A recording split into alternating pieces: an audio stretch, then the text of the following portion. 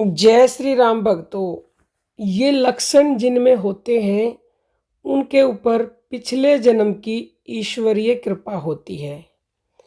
भक्तों, बहुत सारे व्यक्ति आपने देखे होंगे कि वो इस दुनिया से कुछ अलग होते हैं, उनमें कुछ खास गुण होते हैं। वो इसीलिए होते हैं क्योंकि पिछले जन्म की उनके ऊपर भगवान की कृपा है। क्योंकि पिछले जन्म में जो आपने कर्म किए हैं, जो भी आपने भगवान की भक्ति की है, तो जहाँ से वो भक्ति ख़त्म होती है, यानी कि जहाँ तक की भक्ति आपने पिछले जन्म में कर ली होती है, तो इस जन्म में वहीं से आपकी शुरुआत होती है भक्ति की भी। और आपके जो कर्म है पिछले जन्म के, उन कर्मों के हिसाब से आपको इस जन्म में कुछ विशेष कृपा मिलती है भगवान की, कुछ गुण आप में आ जाते हैं। तो कौन से वो लक्षण हैं जिनकी वजह से आप पे ईश्वर की कृपा पिछले जन्म की है, चलिए बताते हैं। सबसे पहली बात, हमारे पास भी ऐसे कई कमेंट आते हैं कि वो मतलब ना तो नाम जप करते हैं इस जन्म में, ना उन्होंने कोई भक्ति की है, करते हैं तो थोड़ी बहुत करते हैं, लेकिन उनके ऊपर ऐसी कृपा है पिछले जन्म की कि वो मतलब एकदम से भगवान की तरफ इतने खिंचे चले जाते हैं कि दीवाने हो जाते हैं। एक तो कल कमेंट आया था कि वो कृष्ण के प्रेम में इतना इतना पागल हो रखी है कि उसको समझ में नहीं आता कि मेरे साथ हो क्या रहा है। तो भक्तों, उनके ऊपर ये पिछले जन्म की ईश्वरीय कृपा है। उनके ऊपर पिछले जन्म में उन्होंने कृष्ण की भक्ति की हुई है, और जहाँ से भक्ति उनकी छूटी है इस जन्म में वहीं से एकदम शुरू हो गई है।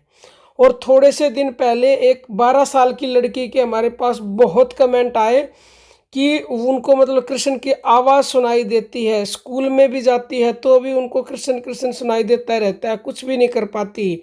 घर वालों ने उसका मोबाइल छीन लिया, ना वीडियो देखने देते हैं और गुस्सा करते हैं, और कृष्ण उसकी हर समय मदद करते हैं कुछ भी, लेकिन होने नहीं देते। उनके घर वाले पीटते हैं तो वो कृष्ण जी उसको बचा लेते हैं।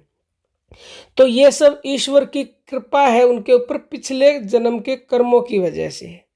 तो अगर आप में ये लक्षण है तो आपके ऊपर भी पिछले जन्म की ईश्वर की कृपा है।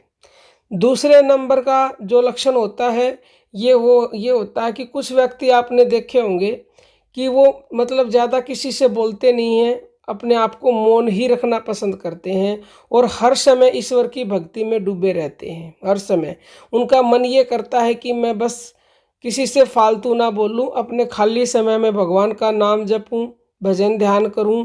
तो उनके ऊपर भी ईश्वर की पिछले जन्म की कृपा होती है, क्योंकि वहाँ से उनकी भक्ति खत्म हुई है और इस जन्म में वो वहीं से फिर शुरू हो गई है। कुछ लोग आपने ऐसे देखे होंगे कि पैदाइशी वो रईस होते हैं, पैदाइशी, जैसे कि गौतम बुद्ध थे, सिद्धार्थ नाम था उनका।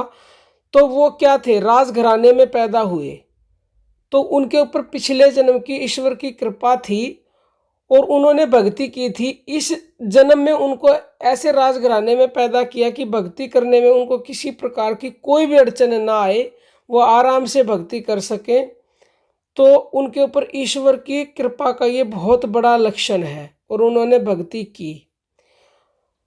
चौथे नंबर का ये गुण होता है कि ऐसे व्यक्ति में दया भाव बहुत ज़्यादा होता है। वो किसी का भी बुरा नहीं कर सकते, किसी का भी नुकसान नहीं कर सकते, किसी को दुखी नहीं दे सकते, किसी की पीड़ा उनसे बर्दाश्त नहीं होती है। तो ये सब पिछले जन्म की ईश्वरीय कृपा के कारण होता है।